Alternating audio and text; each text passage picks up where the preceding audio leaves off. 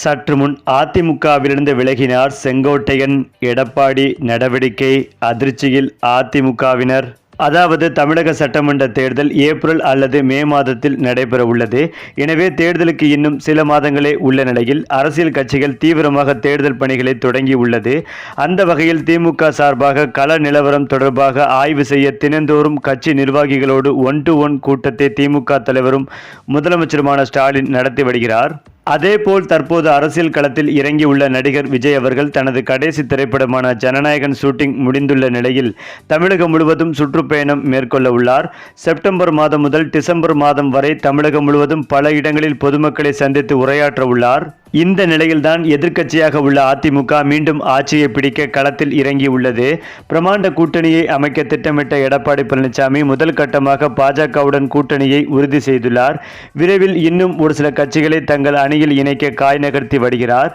இதனிடையே தான் சட்டமன்ற தேர்தலை ஒட்டி அதிமுக பொதுச் செயலாளர் எடப்பாடி பழனிசாமி தமிழகம் முழுவதும் தனது சுற்றுப்பயணத்தை தொடங்கியுள்ளார். மேலும் மக்களை காப்போம், தமிழகத்தை மீட்போம் என்ற முழக்கத்துடன் தமிழகம் முழுவதும் தேர்தல் சுற்றுப்பயணத்தை நேற்று முதல் தொடங்கியுள்ளார் எடப்பாடி. இந்த பயணம் புரட்சி தமிழரின் எழுச்சி பயணம் என பெயரிடப்பட்டு முதல் கட்டமாக ஜூலை 7 முதல் ஜூலை 21, 2025 வரை சட்டமன்ற தொகுதி வாரியாக மேற்கொள்ளப்படுகிறது. குறிப்பாக கோவையில் தொடங்கிய இந்த பயணத்தில் எடப்பாடி பழனிசாமி விவசாயிகள் மற்றும் பொதுமக்களை சந்தித்து கோரிக்கைகளை கேட்டறிந்தார். அடுத்ததாக துடியலூர் பகுதியில் நடைபெற்ற கூட்டத்தில் பிரச்சார வேனிலிருந்து பேசிய எடப்பாடி பழனிசாமி 2026 சட்டமன்ற தேர்தலை ஒட்டி எழுச்சி பயணம் கோவையில் துவக்கி உள்ளோம்.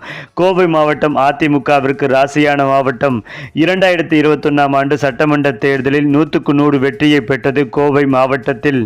இதனை அடுத்துதான் இன்று காலையில் தனது 2வது நாள் எழுச்சி பயணத்தை எடப்பாடி பழனிசாமி தொடங்கினார். கோவையில் நடைபயிற்சி சென்ற எடப்பாடி பழனிசாமி பொதுமக்களை சந்தித்து கோரிக்கைகளை கேட்டறிந்தார். இந்த நிலையில்தான் இந்த எடப்பாடியின் சுற்றுப்பயணத்தில் அதிமுக முன்னாள் அமைச்சர்கள் SP வேலுமணி, தங்கமணி உள்ளிட்டோர் கலந்து கொண்டனர். பாஜக சார்பில் மாநில தலைவர் நயினார் நாகேந்திரன், ஒன்றிய அமைச்சர் L முருகன், மேலிட பொறுப்பாளர் அரவிந்த் மேனன், வானதி சீனிவாசன் ஆகியோர் பங்கேற்றனர். குறிப்பாக முன்னாள் பாஜக தலைவர் அண்ணாமலை கலந்து கொள்ளவில்லை. அதே சமயம் முன்னாள் அமைச்சர் செங்கோட்டையன் கலந்து கொள்ளாமல் புறக்கணிப்பு செய்தார். இத்தனைக்கும் அவர் நேற்று கோவையில்தான் இருந்தார் என்றும் சொல்லப்பட்டு வருகிறது.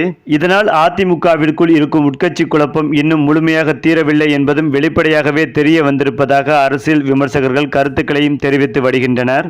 அது மட்டுமில்லாமல் ஏற்கனவே செங்கோட்டையனுக்கும் எடப்பாடிக்கும் கருத்து வேறுபாடு ஏற்பட்டு செங்கோட்டையன் தன்னுடைய ஆதரவாளர்களோடு அதிமுகவை மீட்க போர்க்கொடி தூக்கினார். இதனால் பல்வேறு பிரச்சனைகள் ஏற்பட்டது. பிறகு பாஜக மேலிடத்தை சந்தித்து சமாதானமானார்கள்.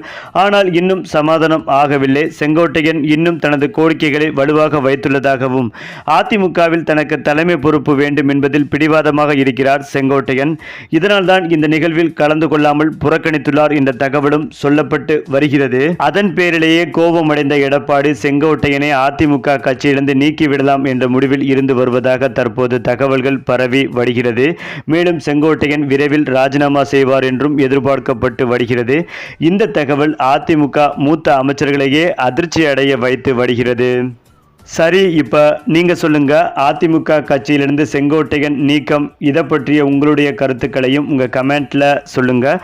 மேலும் இந்த வீடியோ உங்களுக்கு பிடித்திருந்தால் லைக் பண்ணுங்கள், ஷேர் பண்ணுங்கள், மறக்காமல் நம்முடைய சேனலை சப்ஸ்கிரைப் பண்ணிக்கங்க.